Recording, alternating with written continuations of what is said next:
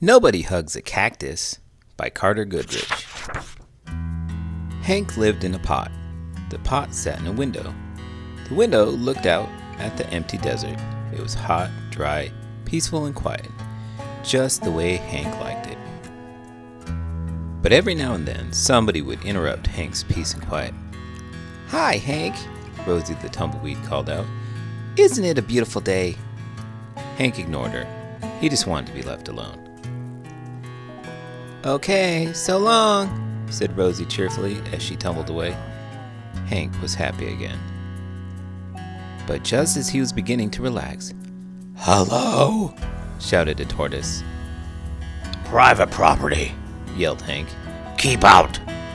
The tortoise was so frightened, he hid in his shell. Hank was still yelling at the tortoise when a jackrabbit dashed by. "Hiya, Prickles!" she shouted. "My name isn't Prickles," Hank yelled back. "and stay out of my yard." "Tumbleweeds, tortoises, jackrabbits. What's next?" said Hank. A coyote came loping by. "No dogs allowed," Hank yelled. "I'm not a dog," said the coyote. "And you are as prickly on the inside as you are on the outside."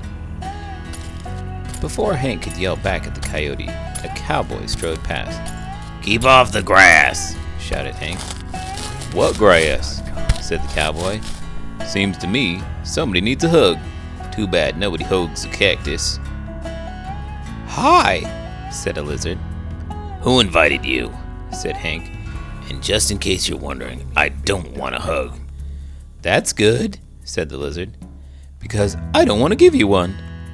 Then he skittered away. An owl landed on the roof. "If you're looking for a hug," said Hank, "well, I guess I could give you one." "Who? Me?" said the owl. "You must be joking."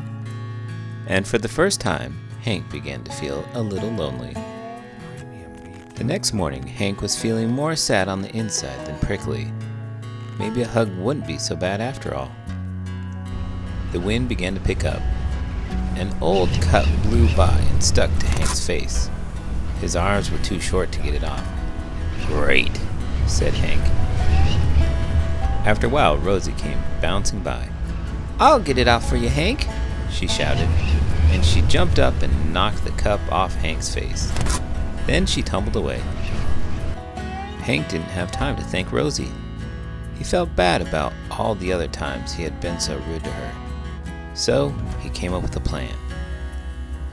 Hank decided to grow the best flower he could and then give it to Rosie as a thank you gift. It took days, but at last it was ready. He couldn't wait for Rosie to pass by again.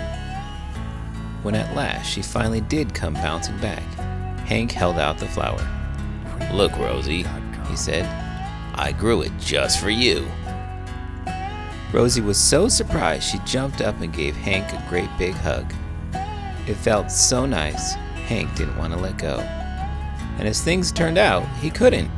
Rosie and Hank had become stuck together. But they didn't care. After all, it's better to be stuck in a hug than stuck all alone.